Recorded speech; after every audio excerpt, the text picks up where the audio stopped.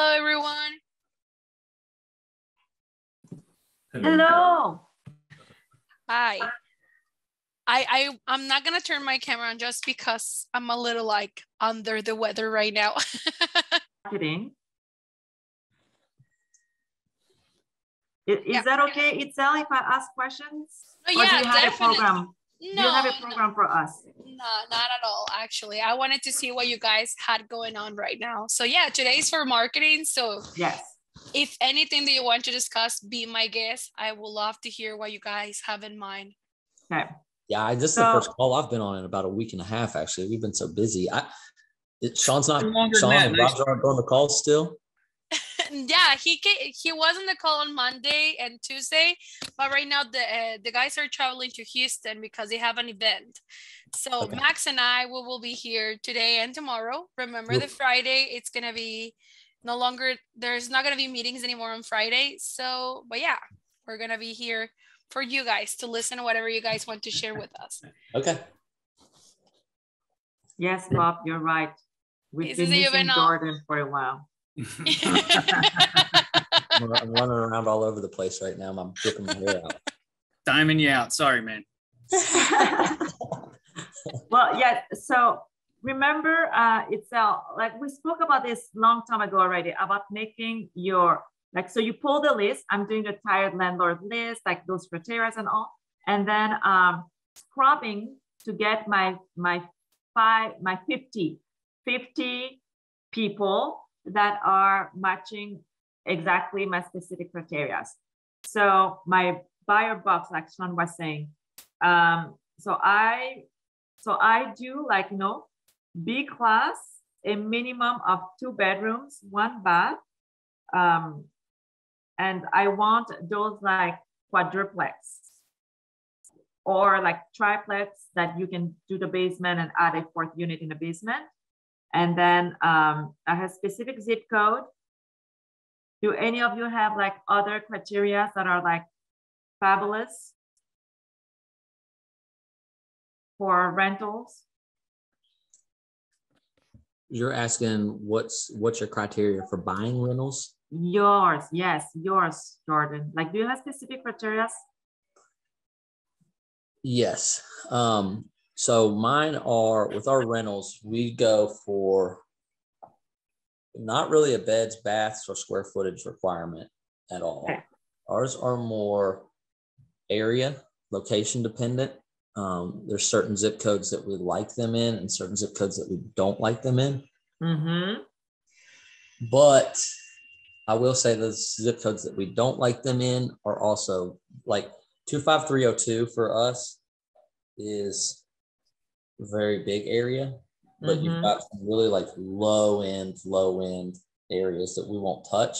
But then you've got some areas up on the Edgewood Hill that we will. So we really have to like zero in on a map and figure out where exactly the properties are. So, so zip code dependent and street by street dependent in certain zip codes. So that's our first criteria. And our second criteria is just really cash flow per door. And that's it. Beds, baths, doesn't really matter. Everybody needs a home.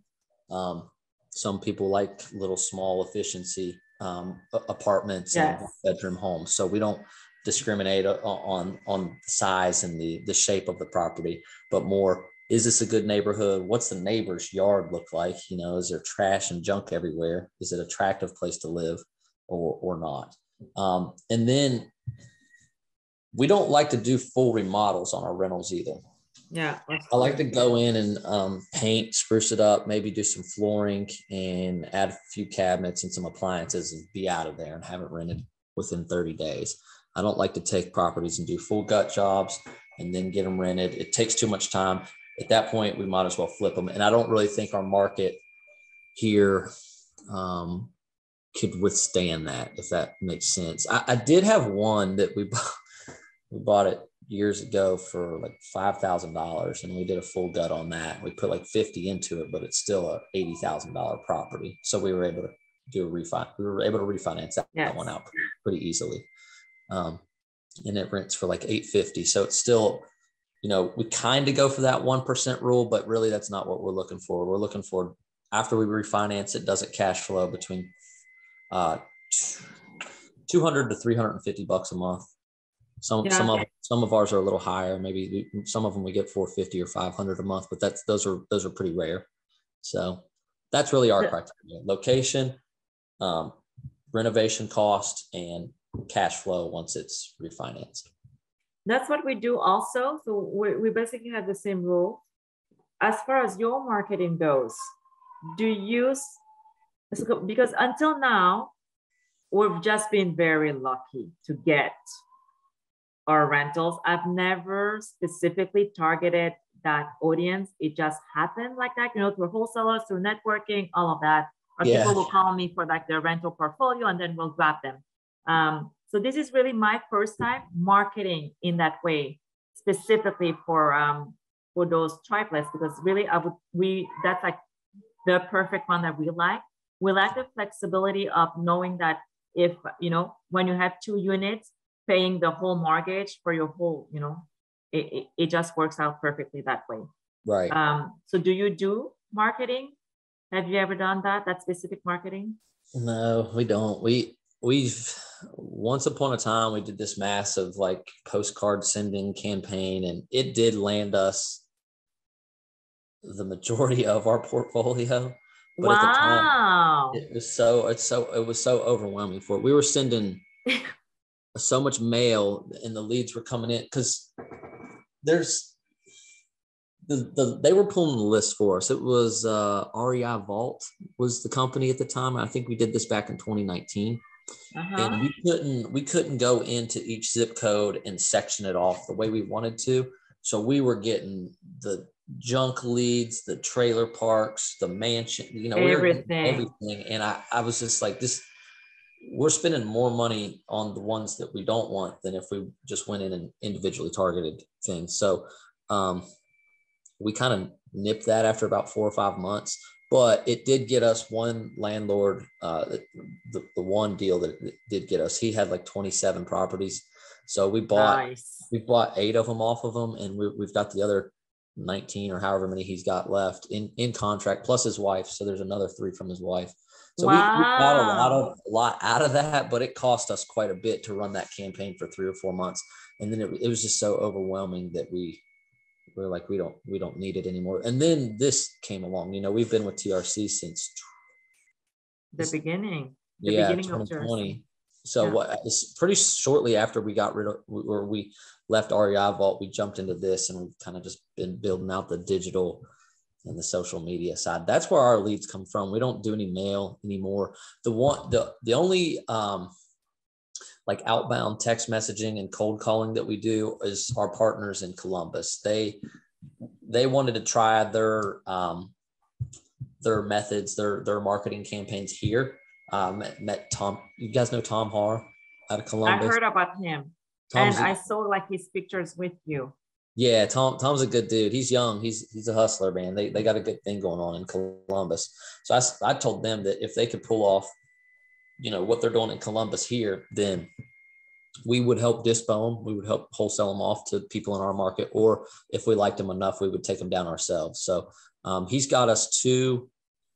We bought a flip with them and we paid them a fee. And then we've dispoed a few to other landlords and flippers in the area. And then he recently got it was 4 duplexes in the same neighborhood. So 4 duplexes, and we are just as creative as can be, but we're selling them to another landlord that's about 5 hours away from us that had a deal I think they had 3 duplexes in the same neighborhood, and then the contract got canceled because the seller lied about the disclosures and the rents, and this is a big phony thing.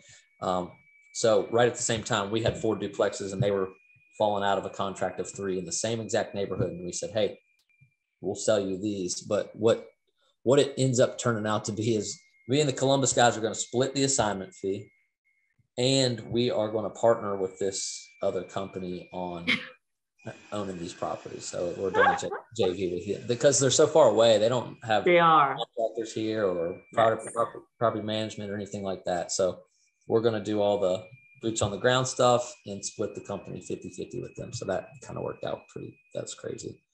So that's closing here within a couple, should be 30 to 60 days, I think. So awesome. So that's really our marketing is digital, social media, and then Legacy Homes out of Ohio they're cold calling and doing text message here in my area, and we're kind of just boots on the ground for them. That's all we do. No mail. I'll probably now that we have Lead Vault, if I could sit my happy ass down and focus enough and do my own outbound text messaging, then I probably would. I'm all over the place right now, so I haven't had time. So why have you considered doing a VA? Let them do it. Hire them. Get them to train. I know. I kind of have a VA though, and Tom and Andy up there in Columbus. They're kind of acting as my VA, and I don't have to train anybody. And well, that's what I mean. So they have free time, or I mean, what are you so busy about that you can't delegate to someone else? So I mean, we're self-managing all of our properties. Plus we've picked up, I'm looking at my board over there. There's like 40 properties on our board right now. So we're running around, I'm doing a lot of closings. I'm doing the dispo. Jacob's doing the sales and negotiation right now, plus working the full-time job. We've got 3 flips going on right now. So I don't even know how you were holding on to your job. I 2 months ago, like really. Like really, Jordan, it was like a favor that they did to you. No, I quit the state job, actually. You know that, right? Yes, I know that. Okay. It was about time, really. Yeah. Once this all picked up, I was just like, I can't do this anymore. I can't do it all anymore.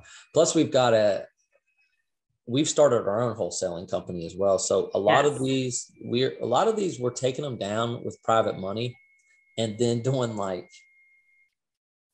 it's a soft flip really is what it is. We're going in and we just did one where we replaced some subfloor in the bathrooms and fixed a ceiling where there was a roof leak 5 years ago and the seller didn't fix, and sold it for like 40 grand more than what we bought it for. And it was just a purchase with the private lender, do these couple little fixes, get all the junk out and list it. Boom, sold. So we're doing a lot of those right now. And that's bringing a ton of, so it's kind of like a wholesale, whatever you want to call it. I call it a soft flip. I love your soft flip. Yeah, because our flips, me and Jacob were talking about this not too long ago. We're not really good at flipping houses. We're really not. If I'm being honest, we suck at flipping houses. And it's because our contractors are like top of the line contractors, and they're not cutting corners, and cost of materials are up, and they're perfectionists. And we just cannot hit a budget to save our lives. If it's a $60,000 budget, they're going 75 every time. So I just said, screw it. I don't even want to do that anymore. Why do those hard flip, those big complete overhauls when they make us 15, 20 grand, or I can soft flip it, sell it under market value, way under market value, and still make 15, 20, in this case, 42 grand on the one we're closing on Monday. So, and we didn't do anything. We spent like 5 grand there. It's nothing. I love your business plan. It's over time. It's just developed. The materials here are killing us. We don't have big enough spreads here where I'm at, What's your relationship with your contractor that they're taking you for almost 15 grand every time though? I mean, you got to hold, they're supposed to be beholden to the budget. And, I can't complain. I understand what your frustration is, and I would be the same, but I would not be paying them. Yeah. So that's my problem. If I don't pay them, then I don't have anybody to finish the project because nobody else is as good as them, for one. For two, we bought the one it's kind of embarrassing, but we bought it in February. I had to pull my guys to another project to finish it out, and it took them about 3 or 4 months. So we had a big delay over here. And then we had the huge material spike, material spike. So that was a major reason why Parkview went way, way over budget and over time. Little stuff like that. So I'm trying to avoid those situations. I don't, if you listen to my podcast with Jen Josie there, I'm in the same sort of situation with this house, except for it's not a huge 4,000 square foot mansion. It's just taken way over the timeline, and the budget got completely blown for various reasons. So that's why in my head, I'm not doing these full on flips. Well, anymore. that's we are in the same boat. Yeah, like I know had, everybody, material wise, everybody's yes. in the same boat. And so for us, like, going forward, like at least this year, we're not interested into flips. Like we'll go for our rentals and, do the minor thing and just move on. Yeah. Plus the refinancing right now has been pretty good for us. We did miss out on our big apartment deal because excuse my French, my effing bank is a numbskull, but we're moving on from one bank and going onto another. And we've got it was a 13 unit refinance that's getting ready to close out, which will be the biggest one we've done in our career. So that's going to be great. And then we just found another bank, a local bank, Putnam County Bank, and they're doing 85% loan to value and a cash out refi too. This smaller bank. That's great. We're working with, some of them won't do cash out refis. I can't. The last 3 refinances we've done, we've not been able to pull any cash out, not any substantial cash. We've been able to pull like 10, 15 grand out for future improvements or paying the taxes or whatever. But I have not been able to find a local bank to do like if I have a portfolio right now that's all privately funded. I think we owe 612 grand on it, but it's worth like 840. Do you want my contact? Because ours it's national. It's Barnett. They're located in Chicago, I think. The problem with those are for us traditionally have been there's a minimum property value. So I've got a lot of properties that are $50,000, $60,000, $70,000 properties that we bought for 20 and put 5 grand in, but they're worth. I think their minimum is like 50. Okay. I'll send you the contact, and you have the conversation with them. But if you come in with a portfolio, he might be interested because it's different than just one property at a time. Right. I mean, we've done like Lima One and a couple others, and it's just like we get down to the nuts and bolts, and I've got this one property in there that's like a $45,000 property, and they're like, no, we can't do that. And I'm like, well, this one is part of a portfolio from the investor that's on all 4 of these other ones. So I need this one to be included, or it's a no deal for me. I'm not just going to pull out and leave this one property, because then what am I going to do with that one property? Exactly. Yeah. Number one, it's not sellable because it's in the ghetto and nobody wants it. You know what I mean? Like, it's got to go with this package or it's not going at all. It's like my worst property ever, but they pay their rent every single month on time. It's like they're just in an area where it's like it's low income and it's a rougher house, but they're good people. I'll go there and sit in the living room with them and get my lease signed, blah blah blah. And it's it is what it is. Like I'd rather have a good tenant than a heartburn. Yeah. They're good tenants. It's just rough. It's just rough over there. Not a lot of bank sends an appraiser over there, and he's like, hell no, I'm not going inside that one. I'm like, come on, man, they're good people. Follow me. God. So yeah. But I would reach out to the one in Chicago. We've talked to so many of these. Like, we've been doing this since 2017, and that you get that education. It's like buy, renovate, refi, so on, and keep doing it over and over and over. And God, it took us 3 years just to get the first one. And then you start talking to all these other banks and national banks and whatnot, and they. Like, I had one on my list. They may have got some marketing from us, and we got into a conversation with them, and they're like, "Yeah, we want this much money down," and I'm like, "No, we've already bought them and fixed them up. They're done. I just need them refinanced." Well, yeah, but we want you to have some skin in the game. I'm like, no, I got skin in the game. Duh. I got major skin in the game. I'm like, what? So some of them you can talk to these banks until you're blue in the face. Some of them do the things that you want them to do. I've had more success with the local people here because they know the neighborhoods, they know the areas, they know the property values are low. then you get with the Lima one or something, they're like 45 grand. That's what your appraisal is. I'm like, yeah, but I bought it for 30 and I've changed like a faucet out and done a couple little fixes in there, and it's worth that. So having worked for the state, did you get an opportunity to join one of the credit unions? Yeah. You talked to them at all? That's who we talk. That's a lot of who we talk to. People's Federal Credit Union. They're a little. They're not so investment property oriented. I guess. Yeah, they want the individual person because that way they have it's a bigger chunk on the back end for them. I get it. Yeah, yeah. I have talked to multiple federal, or state credit unions, and right. Yeah, they more want to do like a single family home that you're going to live in and things like that. I had one that was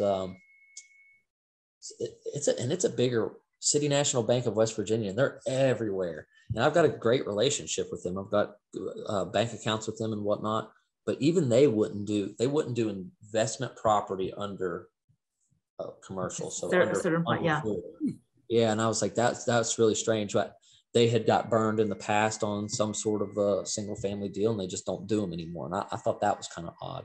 So really, for me, it's just about walking up in the banks and talking to the VP and trying to figure out what their appetite is. And there's 4 or 5 of them that we're in constant conversation with, but the terms are always good. Like West Banco was one that we could do actual flips with. And he even told us, just, it's kind of crazy. I don't even know if it's legal for them to say that, but just fluff your budget up a little bit, and then you won't have to come up with a down payment, if you know what I mean. Elbow. All right, I got you. Say no more.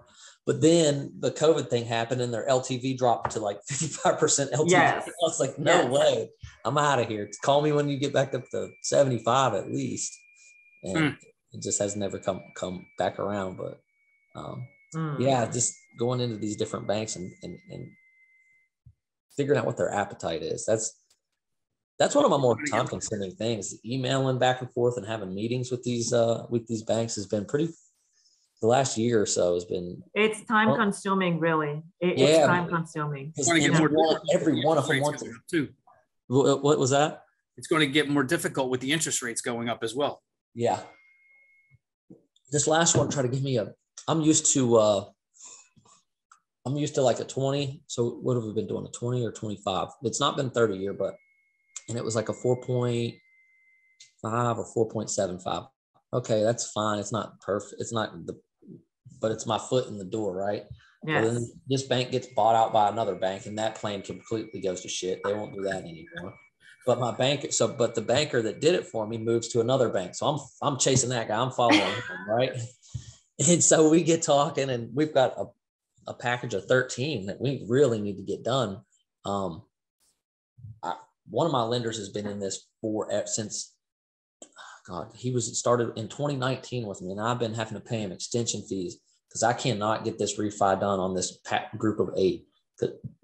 For one reason or another, my business partners don't have their financials together. That happened multiple times, and I won't say names, but if Sean was on here, he'd know who they were. And then, COVID, this, that, or the other. Yes. One of them, the appraisal value of that one was 45 grand, and they, nixed it. So finally, I've got this guy that they'll do it, and we're coming down the home stretch. Then he sent me the rate the other day, and it was like a 15-year, 5% interest, something crazy. And I was like, oh my God. I'm to the point where I'm like, screw it, let's just do it, because I got to get my guy's money out of this. But man, it was not very favorable terms for me at all. But it might not be terrible. You're 5%. That's not bad if you think about it.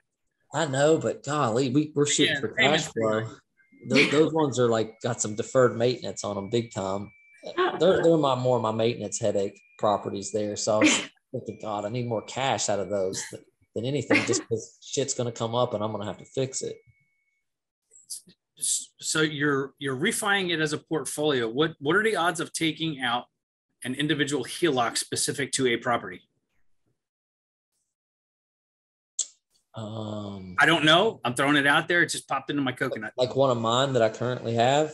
Yeah. Well, I don't think there's enough because we just did our refis. We did a package of 5 last year in January, and then we did a package of 4 in June. I just don't think there's enough meat on the bone there. They were and their property values are so low, so it wouldn't clear that. Like that's a 270, and there's a tractor loan involved in this thing because one of the lenders wanted a tractor, and he said, I'll eat all my interest if you guys find me a tractor in North Carolina. And of course, Jacob's a car salesman, so he's like, I'll find you a tractor. I don't give a shit. So we saved like 40 grand in interest for finding this guy a tractor down there. So there's a tractor loan tied in with these properties. It's a shit show. I'm telling you, it's a complete mess. But so this 15 and 5, I'm like, kind of crying about it, but I'm kind of like, screw it, just do it, man. Let's get this over with. Go on to the next group. And why would you be refinancing in January and then June and now with this group? Why wouldn't you they're different. One shot?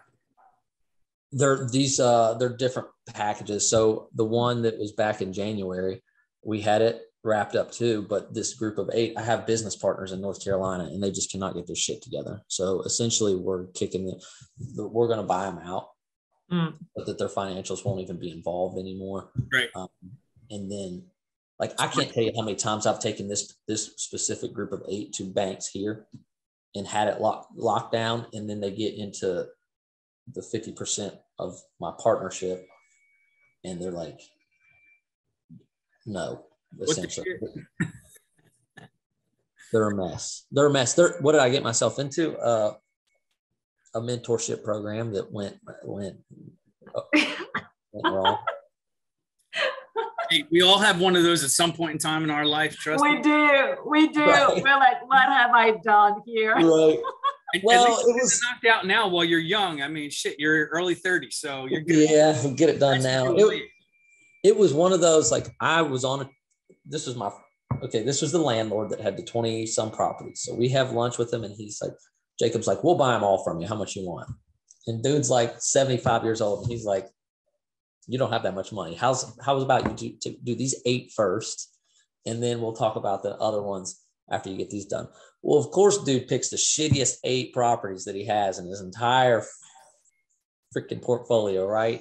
I do the same. Yeah. He's like, I'll sell them to them. They don't know. Yeah. But for me, I didn't know. I'm young and dumb. I didn't know anything. So I take them to. I went on this trip, and I'm walking through the airport, and lo and behold, who am I walking by? The guy that sets the whole mastermind up. And we're on the way home, we're walking through the airport. And I said, hey man, I talked to you about this deal that I've got back home. And he's like, let's sit right here and throw me out the numbers. And he's like, holy shit. That's really, I think the rents were like $5,500 a month, and the purchase price was like $270. It was a great deal. And he's like, all right, let's get back home, and we'll put the deal together. Well, instead of using his own money, which would have been wise, he raised the money. So, and he raised it at the first one was like 14% interest rate, because he was gung-ho on being able to refinance these suckers out in 6 months. He said, screw it, we'll pay whatever, it doesn't matter, we'll be refied out. Okay. You can refi out in 6 months. Why would you not use your own money?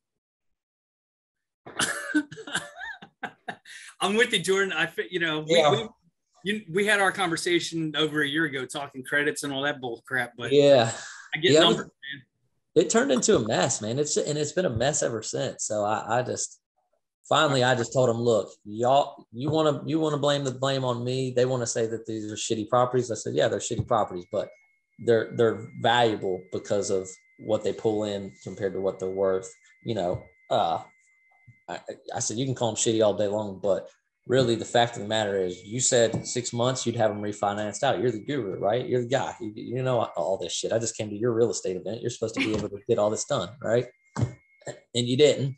And now I'm the one trying to get them refinanced, and your side, your 50% of the company is what's holding us up, because every time we get to the closing or the underwriting phase, they're digging into your financials. Mine's simple. I've got 1 company, 2 companies now, 3 companies now. You've got 12 and your financials are all over the place. I remember I used his accountant the first year I went to his trip, and that accountant screwed us over. Like, he didn't file our shit on time. We got IRS penalties, and then we tried to get him to pay him and he wouldn't. So I saved all the emails and sent them to the IRS, and they didn't end up not penalizing me. Hopefully they went after him. But anyways, yeah, one of those mentorship programs that went bad. I come up with 280. I'll buy all of those properties from you right now, and then you can end up, because I'd pay cash, and then I'll sell them back to you for a small fee. Hustler right there. Hey, hustler. I get numbers. I'm not stupid. Yeah, I know. I see it. It's to this point now that we've put new roofs on a couple of them. Like, a few of them have new AC heat pumps. It's a great group of properties. It really is. I did sell a few of them off. I sold one. It was really cool, actually. He had been renting that place for 21 freaking years. This guy. That's a lot like down here. There's a lot of, like, it's the old people that just, they dropped anchor and they don't leave. Yeah. So I taught him how to buy the damn thing, because I was at the point where I was like, screw it. I'm just selling all these off. I'm going to sell every single one of them. Well, that one came up and it was like a $35,000 property. I think he was renting for like $435, $455, something like that.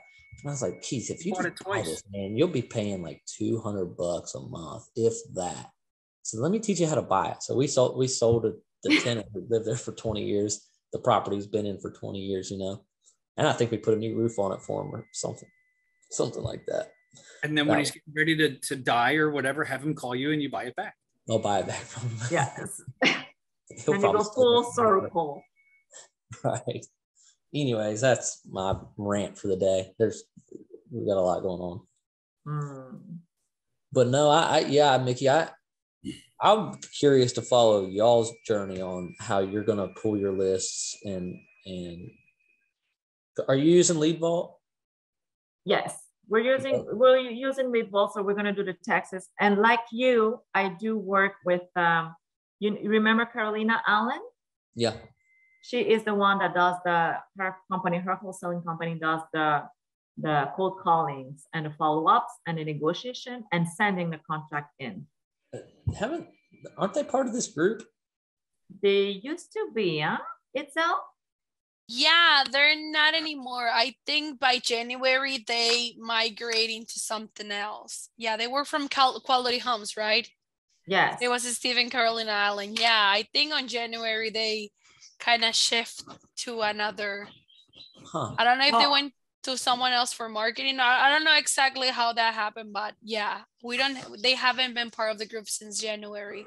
Yeah, I was going to say, I haven't seen them for a while. I see her all over Fortune Builders and all over. Yes, she is doing fantastic on her wholesaling nationwide.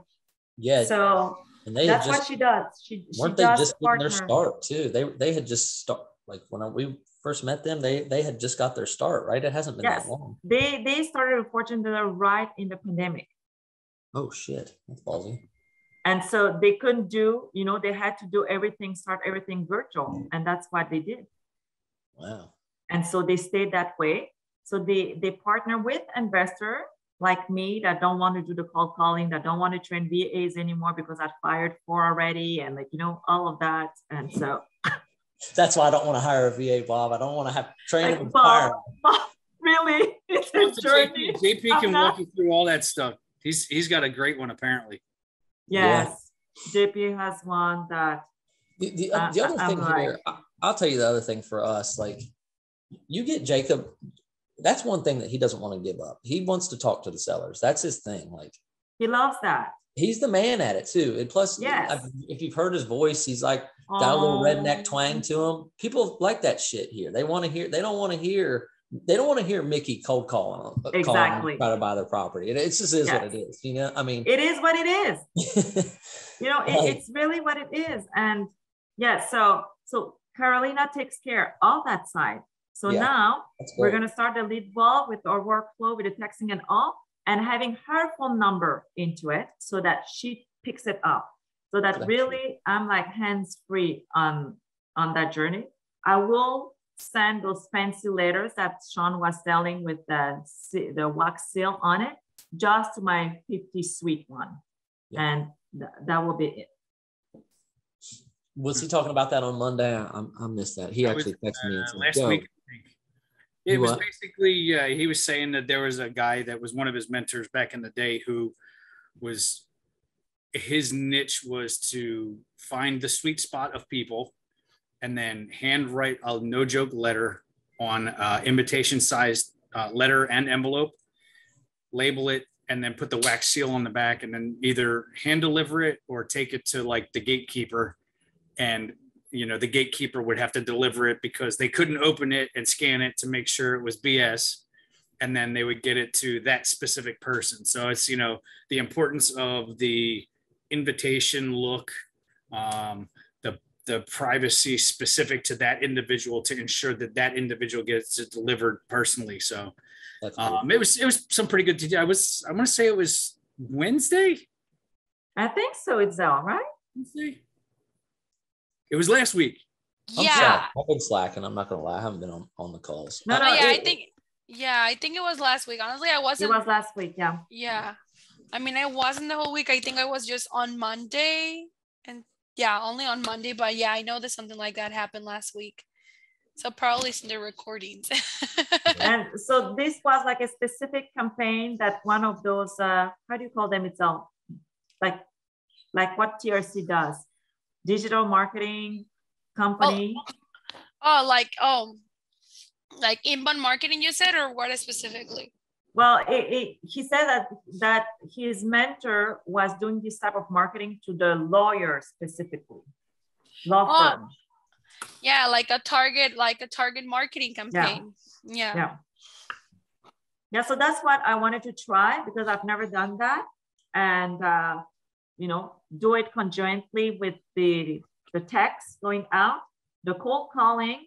And so my funnel is like text, cold calling, the letter, then postcard, then text again.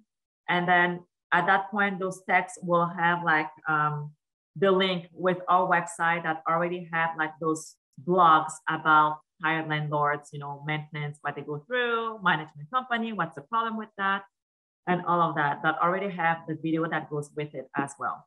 So we'll see how it goes. Hoping that we, you know, will close exactly the right deal. Awesome. Are those funnels that you're created into Leadball, or where are you guys creating those funnels? Like for those campaigns? Into Lead Vault for the text. The text campaign is into Lead Vault. Yeah, that's nice. Yeah, that's pretty cool. Well, hopefully, yeah, it gives you the results that you want. Because yeah, I do remember now where you're like, yeah, we were talking about like targeted marketing, not just shooting in the dark. Yeah, I remember that.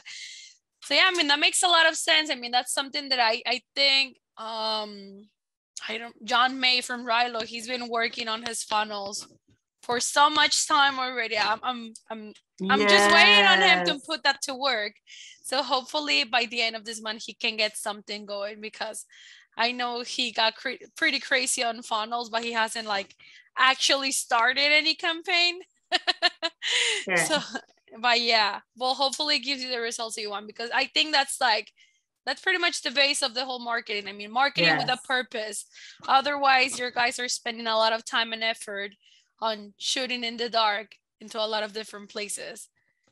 Itzel, do you guys have like an examples of different texts that we can try? I think Sean was creating some templates. Honestly, he's the one who messes more around with Leadball. Let me check on. He's so creative with that.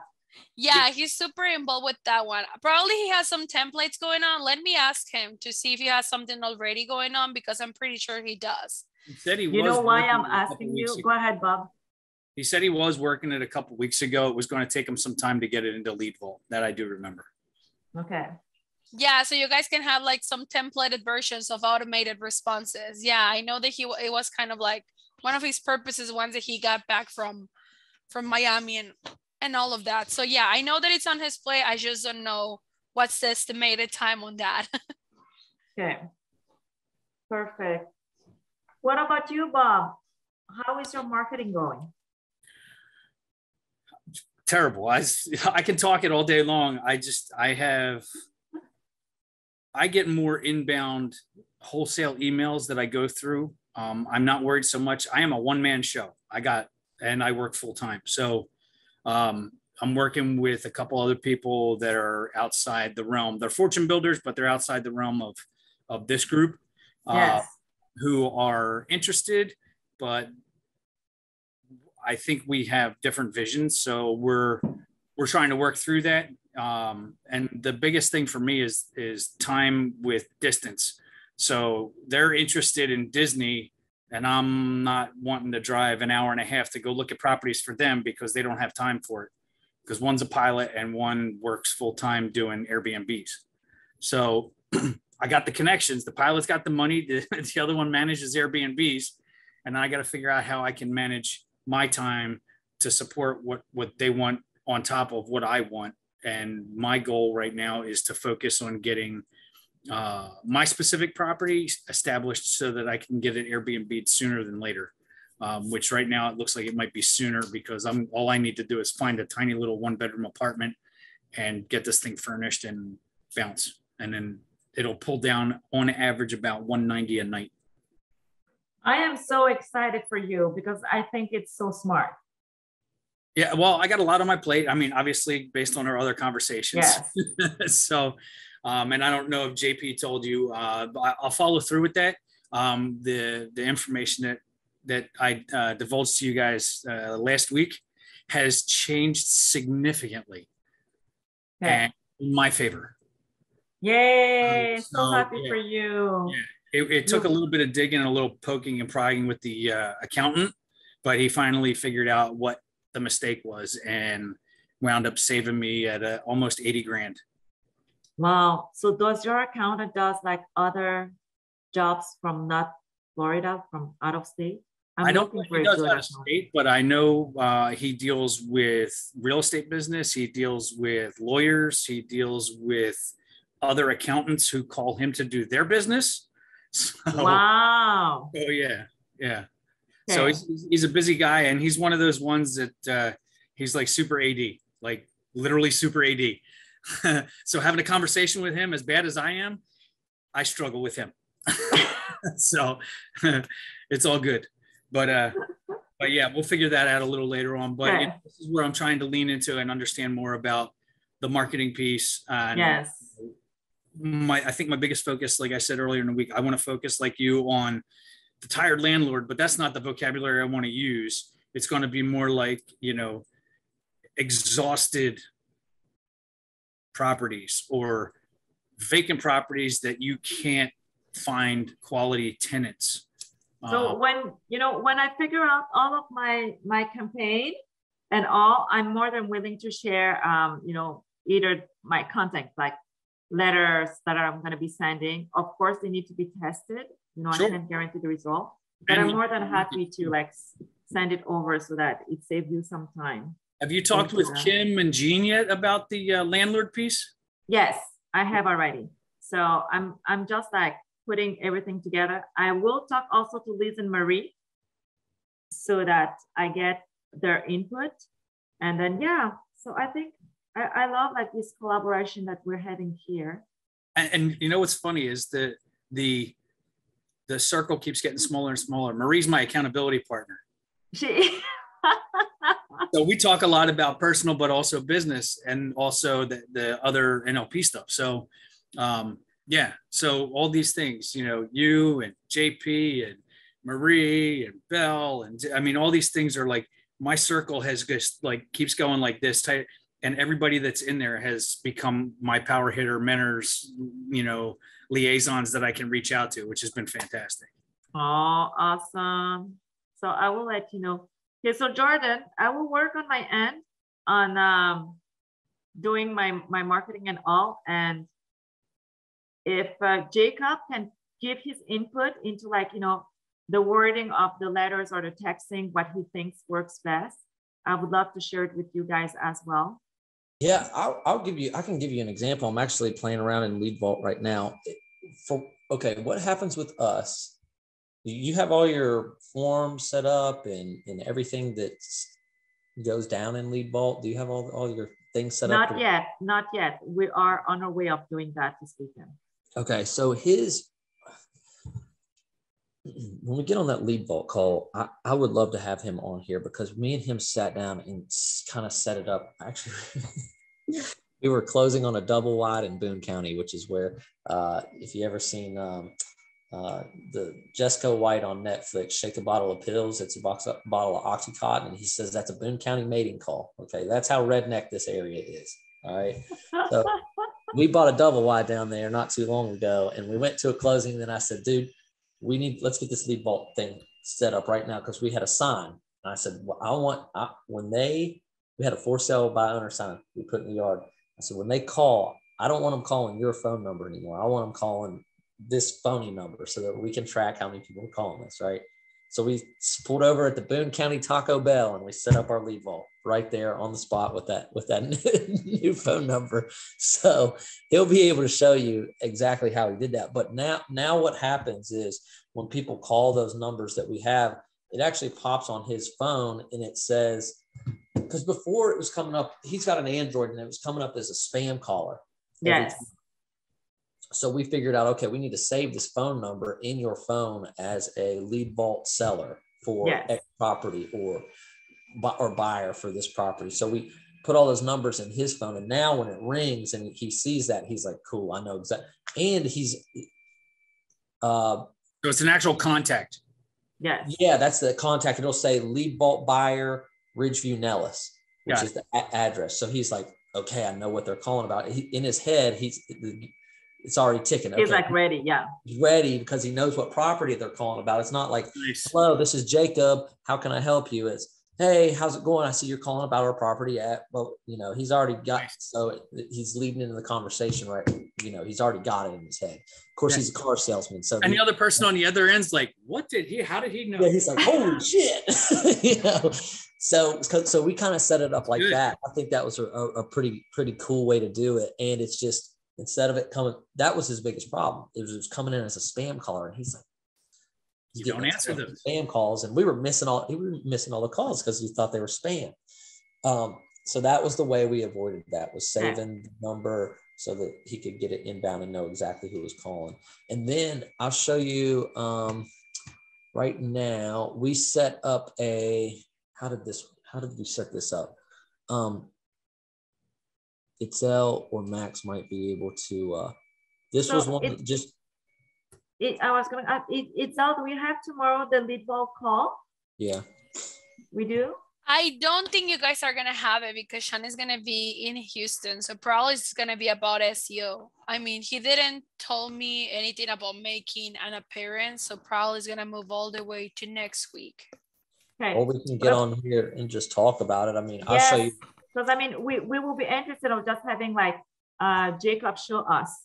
Yeah, if he can get on the call, let's see, tomorrow's Thursday. It starts at 5. He's not getting off work until 6. So that's why he's missing the calls. But I'll put this in the chat box real quick. So what we're doing is we're having them fill out a form, and based on what form they fill out, it sends them a text message, and 2, it sends them an email. So we did a workflow, and it's a simple workflow right now. So you're sending both at the same time. Yeah.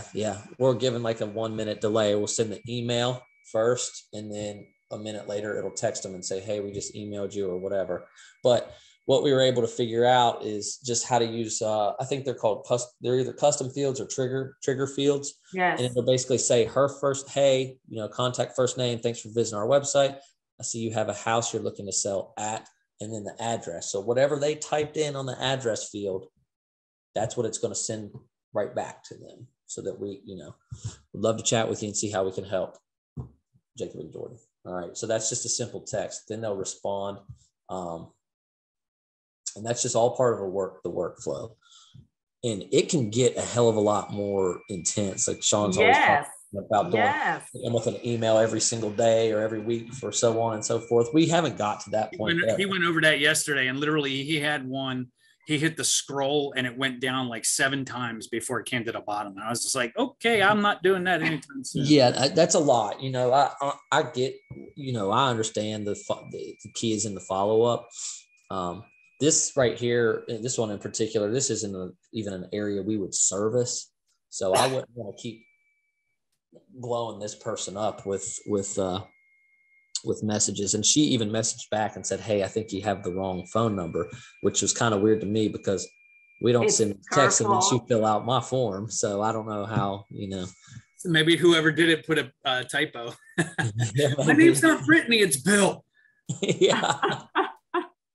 But it is cool because when you're in, I think my mouse is running out of batteries or something. It keeps jumping all over my screen. So when you're in Lead Vault, I don't know how much you guys have messed with this, but you can see there it is. Sorry, you texted the wrong person. And I just saw it just a minute ago. Sorry for the confusion, blah, blah. Now you can go in here and see all the things that your conversations with people, these ones that call, you know, Jacob's picking these calls up. I know this lady's bugging us about a rental, but she doesn't even make enough money to rent the place. Look, this is funny too. We were just playing with this.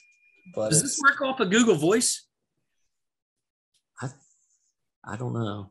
It's off of the Google platform. I can guarantee it because it's very identical to Google Voice. Huh. Why's my I think I need to change the batteries. Inbound call. And you can, I don't even know what this. Oh, we were just playing around with this.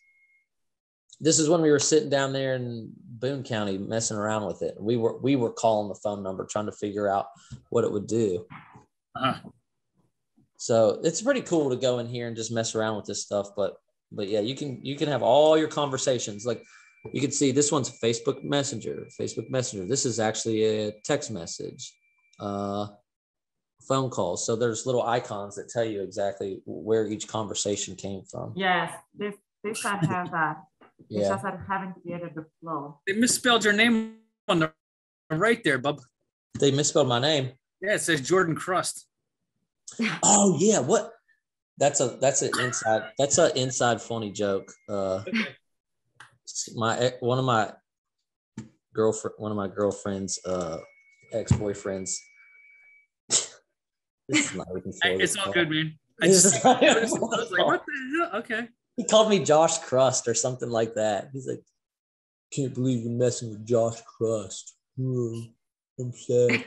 He called me Crust. And for some reason, now my name's popping up as Crust. It's weirding me out. That's why it's Google. Google hears everything. Yeah, Google hears everything. It's changing my name in the back scenes to Josh Crust. Well, thank you for sharing, Jordan. I appreciate that. And yeah, I try to jump on here as much as possible. I am working. I am working on things. I know you are working. But I try to get on here and share some stuff. If I dominate the call, my bad. I'll talk to you guys. I'll talk to you guys all day long if you want me to. Yeah, I definitely appreciate the input, honestly. So it's pretty cool to hear you guys share. I mean, it's not like we have to talk all the time. I mean, if you have also the opportunity to share something of value, I thoroughly appreciate, because that's also a learning opportunity for me. Yeah, I think all of us starting out. I mean, I can't remember when exactly Lead Vault started. Maybe it was like in December, and we're still kind of getting all the nuts and bolts. We're still getting it. Yeah. It's a lot to move from one thing to the other. Yeah. And just completely overhaul, because I still have, one of my big questions right now is I've canceled everything HubSpot, but I had it systemized to where when somebody would fill out a rental application for us, HubSpot would send them a link to schedule a showing with me in an email form. Well, now I've canceled all of HubSpot, and it's reduced me down to I can only have certain number of meetings and this and that. So I got to figure out how to get.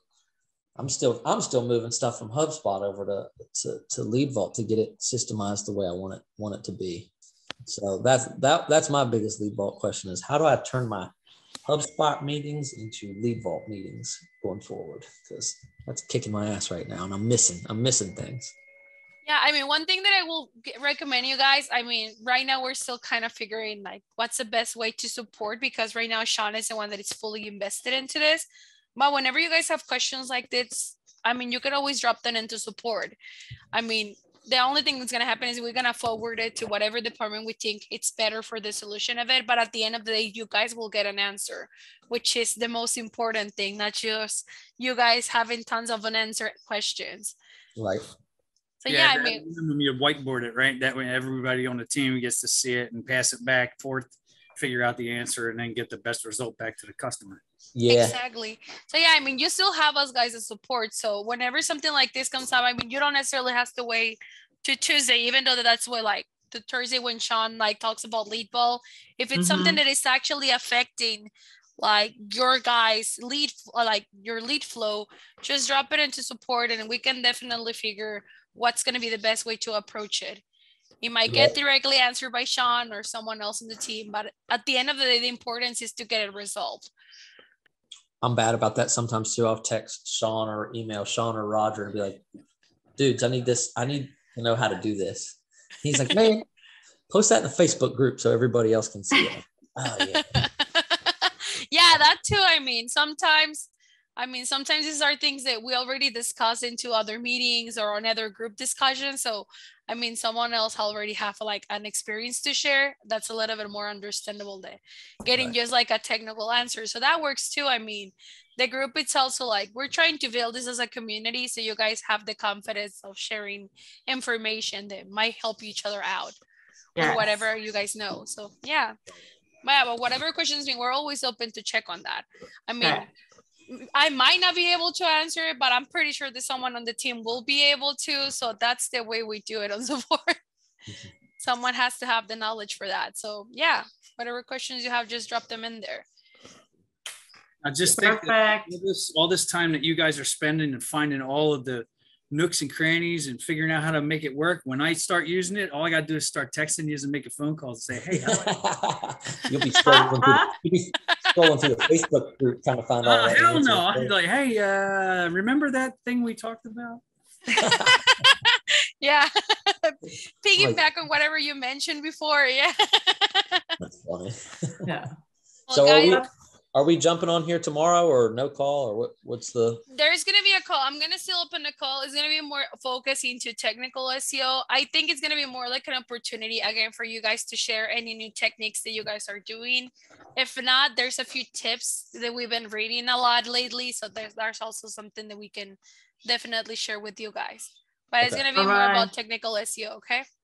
Oh, yeah. So Jordan, Roger actually shared another platform where we should be active on in order to boost up those SEO. Maybe you're probably doing it. It's Reddit. Oh, on Reddit, posting on Reddit. Yes. And so we can talk about that tomorrow because he actually he was like this. We need to be on that, and there's like a strategy behind that. So yeah, we can talk about that tomorrow. Another platform. One more. At that point, it's all about digital presence. Yeah, of course, if you guys have the time to spare and invest it into these platforms, yeah, we will always recommend you guys to put the next notch, right? But at the same time, we get the fact that sometimes it's just going to be a lot of time. Yeah, it gets overwhelming at some point. Yes. Well, yeah, I'll see you guys tomorrow then. Take care. Okay. Take care. All right. Thank you.